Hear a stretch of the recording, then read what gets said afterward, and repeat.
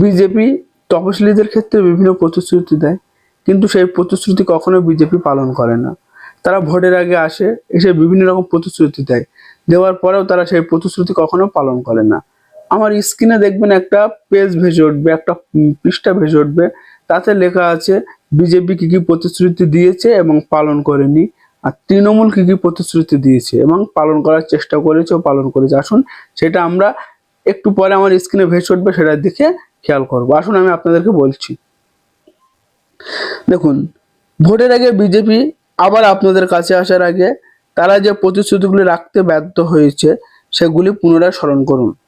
মানে যে প্রতিশ্রুতিগুলো তারা দিয়েছিল এবং রাখতে ব্যর্থ হয়েছে সেগুলো আবার একবার আপনাদেরকে আমি জানাচ্ছি কি কি প্রতিশ্রুতি দিয়েছিল এবং তারা সেই প্রতিশ্রুতিগুলো রাখতে ব্যর্থ হয়েছে, আমি আপনাদেরকে জানাচ্ছি। বিজেপি প্রতিশ্রুতি দিয়েছিল সমস্ত তপশিলি জনজাতি অধ্যুষিত ব্লকে MGNREG এর অধীনে 200 দিনের কাজ। বাস্তবে কি ঘটেছে? MGNREG এর 43,014.76 কোটি টাকা তহবিল আটকে রেখেছে। তার পরিবর্তে এই তপশিলি জাতিদের এই তহবিলটা আটকে রেখেছে। ফলে বাংলার তপশিলি জাতি ও জনজাতি শ্রমিকরা তাদের ন্যায্য মজুরি থেকে বঞ্চিত হচ্ছেন। ফলে কি হচ্ছে? তাদের যে ন্যায্য মজুরি পাওয়ার কথা, সে ন্যায্য মজুরি থেকে তারা বঞ্চিত হচ্ছেন। আবার দেখুন বিজেপি কি প্রতিশ্রুতি দিয়েছিল। সকল মতুয়া দলপতিদের মাসিক 3,000 টাকা পেনশন। তারা বলেছিল যে সকল মতুয়া দলপতিদের মাসিক 3,000 টাকা করে পেনশন দেবে, কিন্তু বাস্তবে কি ঘটেছে? বিজেপি বিজেপি প্রতিশ্রুতি পূরণে ব্যর্থ। এসআইআর প্রক্রিয়ার মাধ্যমে প্রায় 5 লক্ষ মতুয়ার ভোটাধিকার কেড়ে নিয়েছে।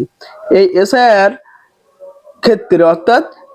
প্রক্রিয়ার মাধ্যমে প্রায় 5 লক্ষ মতুয়ার ভোটার অধিকার কেড়ে নিয়েছে কে?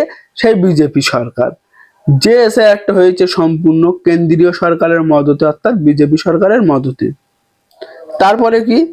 দার্জিলিং হিলস, শিলিগুড়ি, তরা এবং ডুয়ার্সের জন্য স্থায়ী রাজনৈতিক সমাধান। তার বাস্তবে কি ঘটেছে? তার পরিবর্তে সমস্যার সমাধান করার পরিবর্তে বিজেপি পাহাড়ে বিভাজনের রাজনীতিকে উস্কে দিয়েছে। এই যে সমস্যার সমাধান, অর্থাৎ দার্জিলিং হিলস, শিলিগুড়ি, তরা এবং ডুয়ার্সের জন্য স্থায়ী রাজনৈতিক সমাধান করবে, তার পরিবর্তে কি করেছে বিজেপি? তার পরিবর্তে করেছে বিজেপি পাহাড়ের বিভাজনের রাজনীতিকে, অতএব পাহাড়ে যে বিভাজনের রাজনীতি তাকে থামানো বাদ দিয়ে আরো উস্কে দিয়েছে কে? এই বিজেপি। 11টি গোর্খা উপজাতিকে তপশিলি জনজাতি হিসেবে সরকারি স্বীকৃতি। তারা বলেছিল যে আমরা 11টি গোর্খা উপজাতিকে তপশিলি ও জনজাতি হিসেবে সরকারি স্বীকৃতি দেব, কিন্তু বাস্তবে কি ঘটেছে? বছরের পর বছর কেটে গেলেও 11টি গোর্খা উপজাতিকে কেন্দ্রের বিজেপি সরকার এখনো তপশিলি উপজাতি হিসেবে স্বীকৃতি দেয়নি।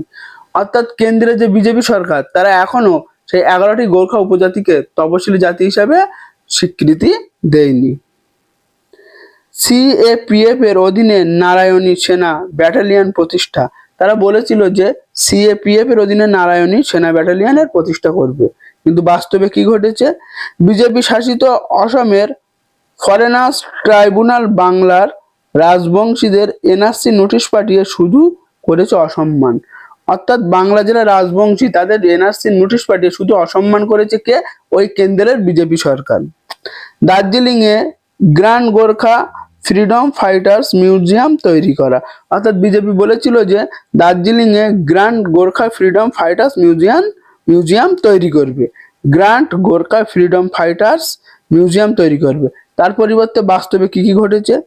নির্বাচনী ফায়দা তোলার জন্য বিজেপি নিজের স্বার্থ সিদ্ধির উদ্দেশ্যে গোর্খা সম্প্রদায়কে ব্যবহার করেছে, কিন্তু কোনো মিউজিয়াম তৈরি করেনি। নিজের স্বার্থ সিদ্ধির উদ্দেশ্যে বিজেপি কেবল গোর্খা সম্প্রদায়কে ব্যবহার করেছে, তার পরিবর্তে কোনো মিউজিয়াম গড়ে তোলেনি। বিজেপি আমাদের সঙ্গে প্রতারণা ছাড়া আর কিছুই করেনি। দেখুন, কেন্দ্রীয় ভোট অর্থাৎ লোকসভা ভোটের সময় বিজেপি এই প্রতিশ্রুতিগুলো দিয়েছিল, বাংলাদেশে কোনো প্রতিশ্রুতি রাখেনি।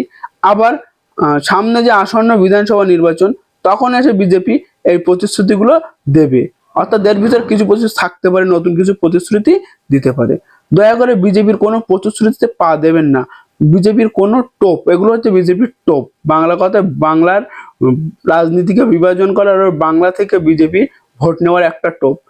যে প্রতিশ্রুতিগুলো বিজেপি দেয় সেগুলো কখনোই বিজেপি পূরণ করে না, এটা মাথায় রাখবেন।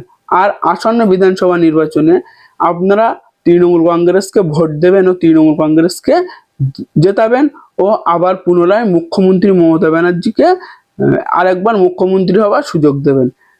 পুরো বাংলাবাসীর কাছে আমার অনুরোধ, দয়া করে বিজেপির টোপে পা দেবেন না। তপশিল জাতির পাশাপাশি পুরো বাংলাবাসীর কাছে আমার অনুরোধ, দয়া করে বিজেপির টোপে পা দেবেন না। বিজেপি শুধু বিভাজনের রাজনীতি করতে পারে, কোনো প্রতিশ্রুতি বিজেপি পূরণ করতে পারে না।